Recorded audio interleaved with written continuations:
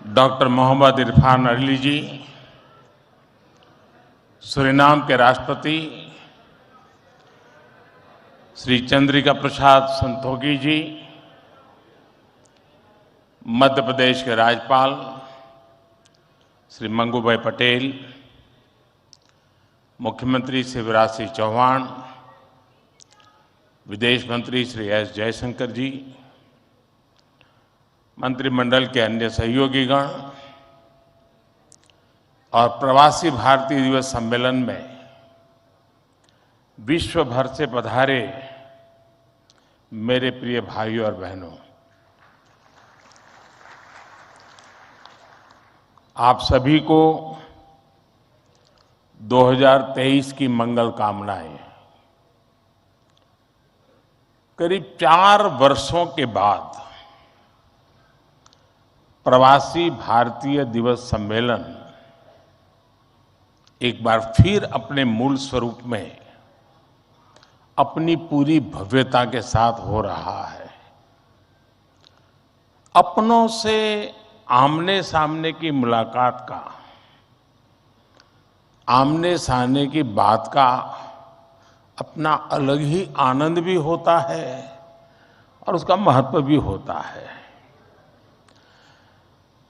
मैं आप सभी का 130 करोड़ भारतवासियों की ओर से अभिनंदन करता हूं, स्वागत करता हूं। भाइयों और बहनों, यहां उपस्थित प्रत्येक प्रवासी भारतीय अपने अपने क्षेत्रों में असाधारण उपलब्धियों के साथ अपने देश की माटी को नमन करने आया है। और ये प्रवासी भारतीय सम्मेलन मध्य प्रदेश की उस धरती पर हो रहा है जिसे देश का हृदय क्षेत्र कहा जाता है।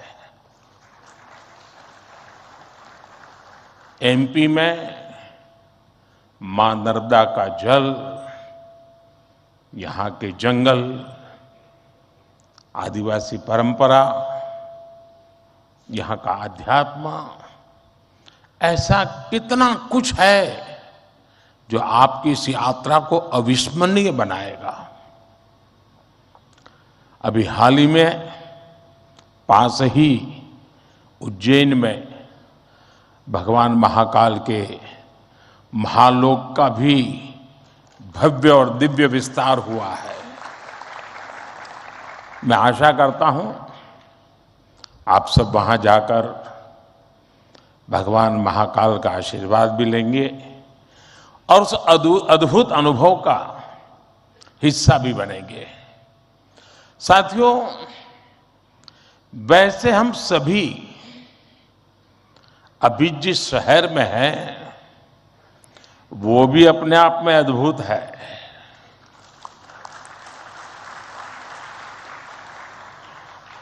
लोग कहते हैं कि इंदौर एक शहर है, लेकिन मैं कहता हूं इंदौर एक दौर है।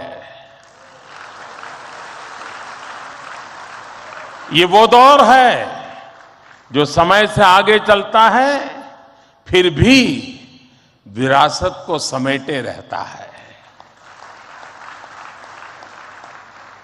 इंदौर ने स्वच्छता के क्षेत्र में देश में एक अलग पहचान स्थापित की है।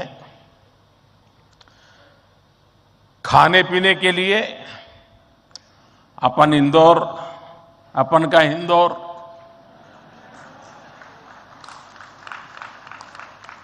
अपन का इंदौर देश ही नहीं पूरी दुनिया में लाजवाब है।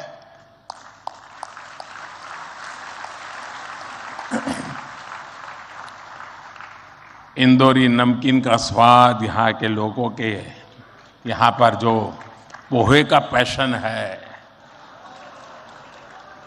साबूदाने की खिचड़ी, कचौरी, समोसे, शिकंजी, जिसने भी इसे देखा उसके मुंह का पानी नहीं रुका।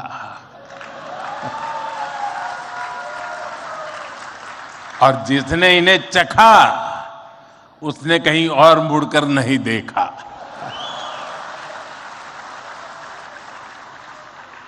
इसी तरह 56 दुकान तो प्रसिद्ध है ही, सराफा भी महत्वपूर्ण है।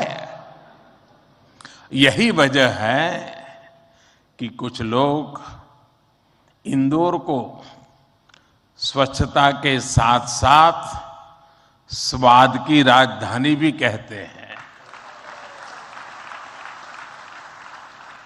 मुझे विश्वास है यहां के अनुभव आप खुद भी नहीं भूलेंगे और वापस जाकर दूसरों को यहां के बारे में बताना भी नहीं भूलेंगे। फ्रेंड्स, दिस प्रवासी भारतीय दिवस is special in many ways. We celebrated 75 years of India's independence just a few months ago. Our digital exhibition related to our freedom struggle has been organized here. It brings the glorious era in front of you again. Friends, the nation has entered the Amrit Kaal of the next 25 years. Our Pravasi Bhartiyas have significant place in this journey. India's unique global vision and its important role in the global order will be strengthened by you people. साथियों, हमारे यहां कहा जाता है स्वदेशो भुवन त्रयम, अर्थात हमारे लिए पूरा संसार ही हमारा स्वदेश है। मनुष्य मात्र ही हमारा बंधु बांधव है। इसी वैचारिक बुनियाद पर हमारे पूर्वजों ने भारत के सांस्कृतिक विस्तार को आकार दिया था। हम दुनिया के अलग अलग कोनों में गए, हमने सभ्यताओं के समागम की अनंत संभावनाओं को समझा। हमने सदियों पहले वैश्विक व्यापार की असाधारण परंपरा शुरू की थी। हम असीम लगने वाले समंदरों के पार गए, अलग अलग देशों, अलग अलग सभ्यताओं के बीच व्यावसायिक संबंध कैसे साझी समृद्धि के रास्ते खोल सकती हैं, भारत ने और भारतीयों ने करके दिखाया। आज अपने करोड़ों प्रवासी भारतीयों को जब हम ग्लोबल मैप पर देखते हैं तो कई तस्वीरें एक साथ उभरती हैं। दुनिया के इतने अलग अलग देशों में जब भारत के लोग एक कॉमन फैक्टर की तरह दिखते हैं तो वसुधैव कुटुंबकम की भावना उसके साक्षात दर्शन होते हैं। दुनिया के किसी एक देश में जब भारत के अलग अलग प्रांतों, अलग अलग क्षेत्रों के लोग मिलते हैं तो एक भारत श्रेष्ठ भारत का सुखद एहसास भी होता है। दुनिया के अलग अलग देशों में जब सबसे शांतिप्रिय, लोकतांत्रिक और अनुशासित नागरिकों की चर्चा होती है तो मदर ऑफ डेमोक्रेसी होने का भारतीय गौरव अनेक गुना बढ़ जाता है।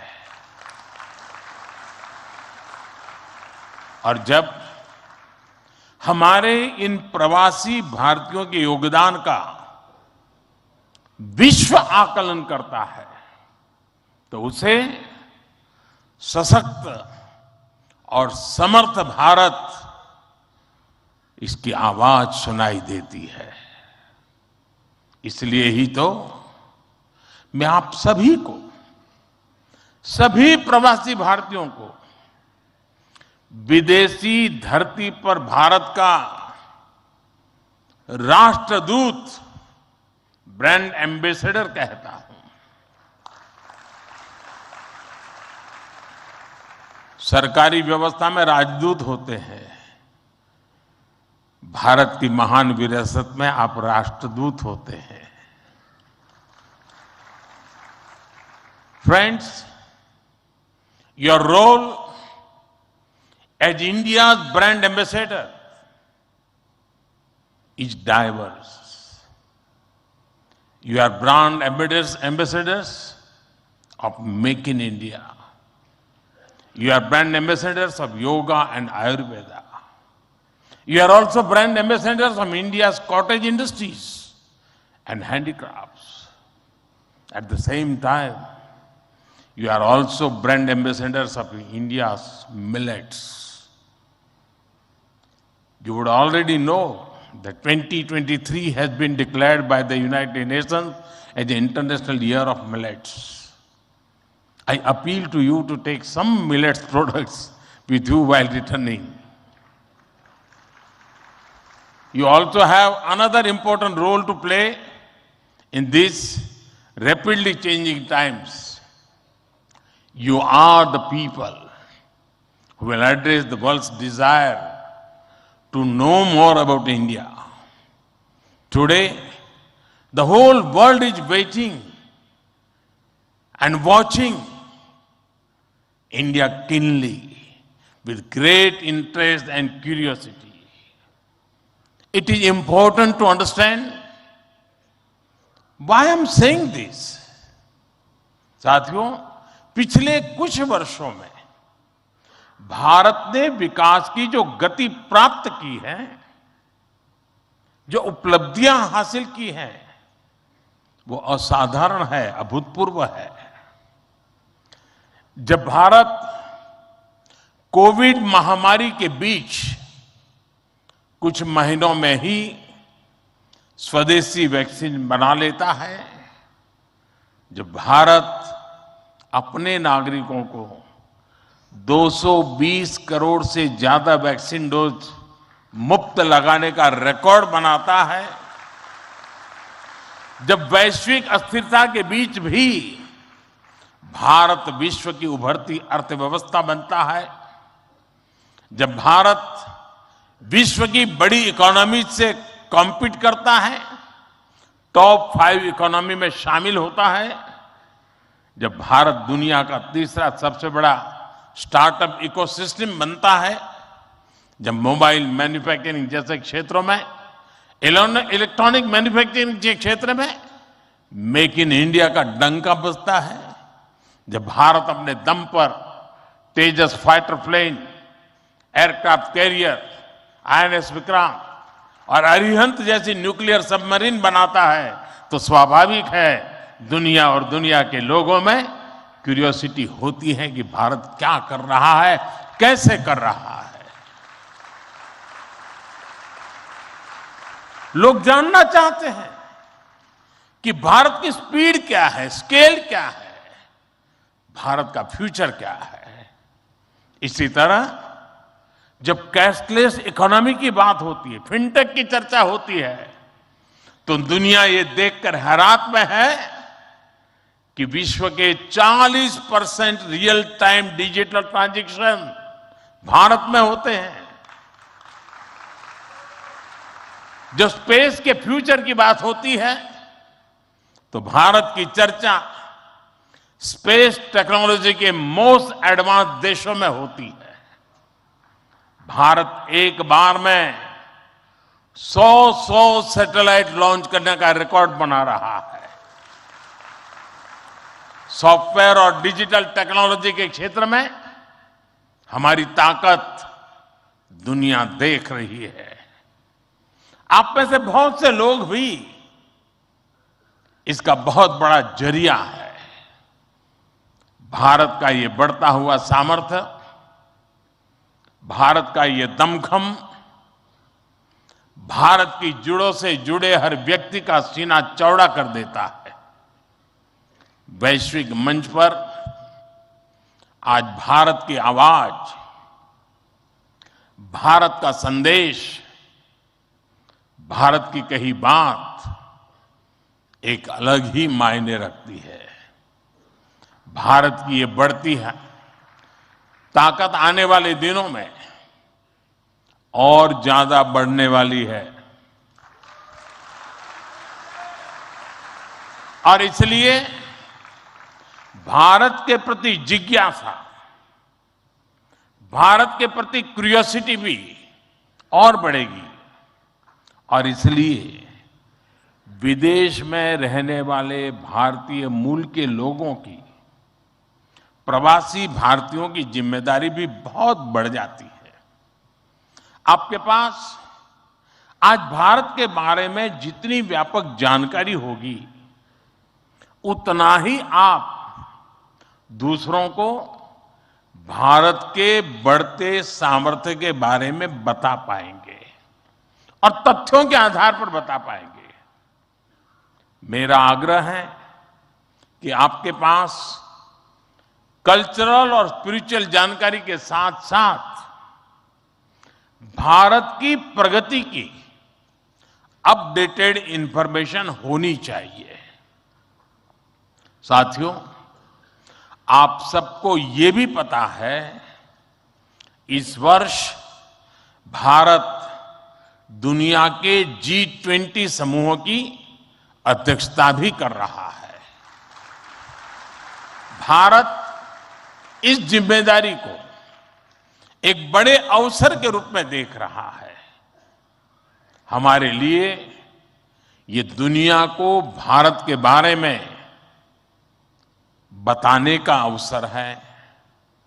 ये दुनिया के लिए भारत के अनुभवों से सीखने का, पुराने अनुभवों से सस्टेनेबल फ्यूचर की दिशा तय करने का अवसर है।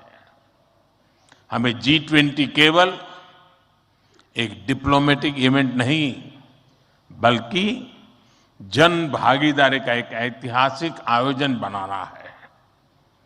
इस दौरान विश्व के विभिन्न देश भारत के जन जन के मन में अतिथि देवो भव की भावना का दर्शन करेंगे। आप भी अपने देश से आ रहे प्रतिनिधियों से मिलकर उन्हें भारत के बारे में बता सकते हैं।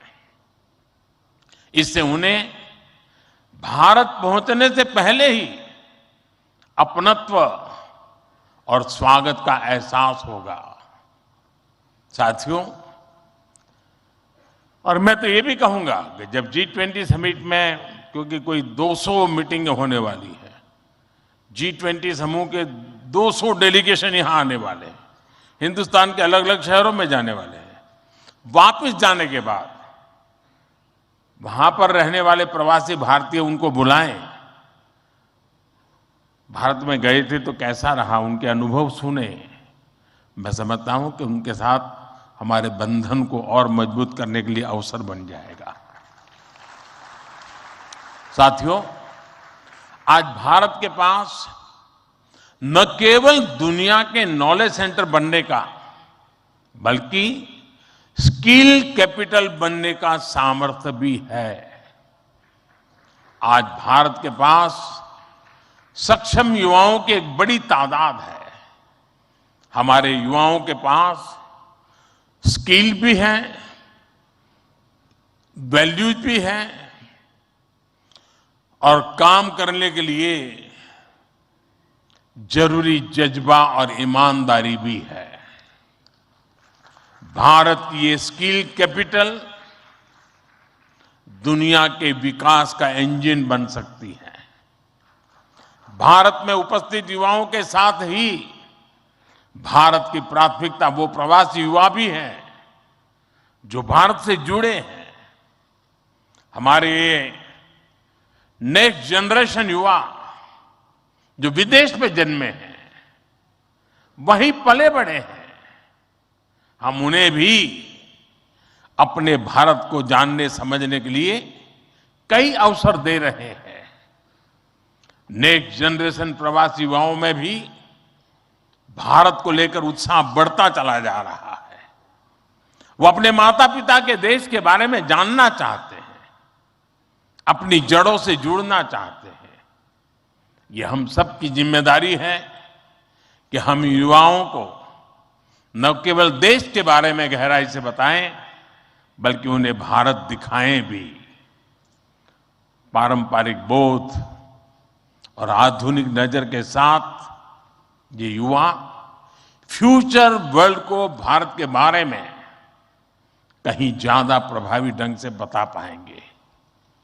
जितनी युवाओं में जिज्ञासा बढ़ेगी, उतना ही भारत से जुड़ा पर्यटन बढ़ेगा, भारत से जुड़ी रिसर्च बढ़ेगी, भारत का गौरव बढ़ेगा। ये युवा भारत के विभिन्न पर्वों के दौरान, प्रसिद्ध मेलों के दौरान आ सकते हैं या फिर बुद्ध सर्किट, रामायण सर्किट का लाभ उठा सकते हैं। वो आजादी के अमृत महोत्सव के तहत हो रहे कार्यक्रमों में भी जुड़ सकते हैं। साथियों, मेरा एक और सुझाव है। कई देशों में भारत से प्रवासी कई सदियों से जाकर बसे हैं। भारतीय प्रवासियों ने वहां के राष्ट्र के निर्माण में अपने असाधारण योगदान दिए हैं। हमें इनकी लाइफ, उनके स्ट्रगल्स और उनके अचीवमेंट्स को डॉक्यूमेंट करना चाहिए। हमारे कई बुजुर्गों के पास उस जमाने की कई मेमोरीज होगी। मेरा आग्रह है कि यूनिवर्सिटी के माध्यम से हर देश में हमारे डायस्पोरा के हिस्ट्री पर ऑडियो, वीडियो या लिखित डॉक्यूमेंटेशन के प्रयास किए जाएं। साथियों, कोई भी राष्ट्र उसमें निष्ठा रखने वाले हर व्यक्ति के दिल में जीवित रहता है। यहां भारत से कोई व्यक्ति जब विदेश जाता है और उसे वहां एक भी भारतीय मूल का व्यक्तित्व या व्यक्ति मिल जाता है, तो उसे लगता है कि उसे पूरा भारत मिल गया। यानी आप जहां रहते हैं, भारत को अपने साथ रखते हैं। बीते 8 वर्षों में देश ने अपने डायस्पोरा को ताकत देने के लिए हर संभव प्रयास किया है। आज भारत का ये कमिटमेंट है कि आप दुनिया में कहीं भी रहेंगे, देश आपके हितों और अपेक्षाओं के लिए आपके साथ रहेगा। मैं गयाना के राष्ट्रपति जी और सूरीनाम के राष्ट्रपति जी का भी हृदय से आभार व्यक्त करता हूं, अभिनंदन करता हूं कि इस महत्वपूर्ण समारोह के लिए उन्होंने समय निकाला और उन्होंने जितनी बातें आज हमारे सामने रखी है, वे वाकई बहुत उपयोगी हैं। और मैं उनको विश्वास दिलाता हूं कि जिन सुझावों को उन्होंने रखा है, उस पर भारत जरूर खरा उतरेगा। मैं गयाना जी के राष्ट्रपति जी का भी बहुत आभारी हूं कि उन्होंने आज काफी पुरानी यादें साझा की, क्योंकि जब मैं गयाना गया तो मैं कुछ भी नहीं था, मुख्यमंत्री भी नहीं था, और तब का नाता उन्होंने याद करके निकाला। मैं उनका बहुत बहुत आभारी हूं। मैं फिर एक बार आप सभी प्रवासी भारतीय दिवस के लिए इस समारोह में आए, बीच के गैप के बाद मिलने का मौका मिला है। मेरी तरफ से आपको अनेक अनेक शुभकामनाएं हैं। बहुत लोगों से मिलना होगा, बहुत लोग चीजें जानने को मिलेगी, जिससे लेकर के उन स्मृतियों को लेकर के फिर अपने कार्यक्षेत्र में लौटेंगे, अपने रिस्पेक्टिव कंट्री में जाएंगे। मुझे विश्वास है कि भारत के साथ जुड़ाव का एक नया युग शुरू होगा। मेरी आपको बहुत बहुत शुभकामनाएं। धन्यवाद।